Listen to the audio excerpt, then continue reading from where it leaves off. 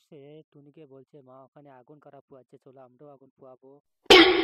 আর ছেলে মেয়েদেরকে নিয়ে চলে এলো বাইরে, এর ফ্যামিলি মিলে ওরা আগুন পোয়াচ্ছে। টুনির ফ্যামিলি এই আগুন পোয়াবার জন্য আসার জন্য খুশি, ওরা আগুনে গেলো, পুরো সাইকাই হয়ে গেল।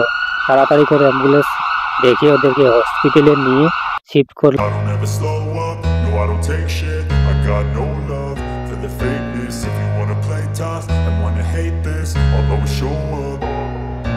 I don't ever slow up, no I don't take shit. I got no love for the fakeness. If you wanna play tough and wanna hate this, I'll always show up and make a statement. I don't ever slow up, no I don't take shit. I got no love for the fakeness.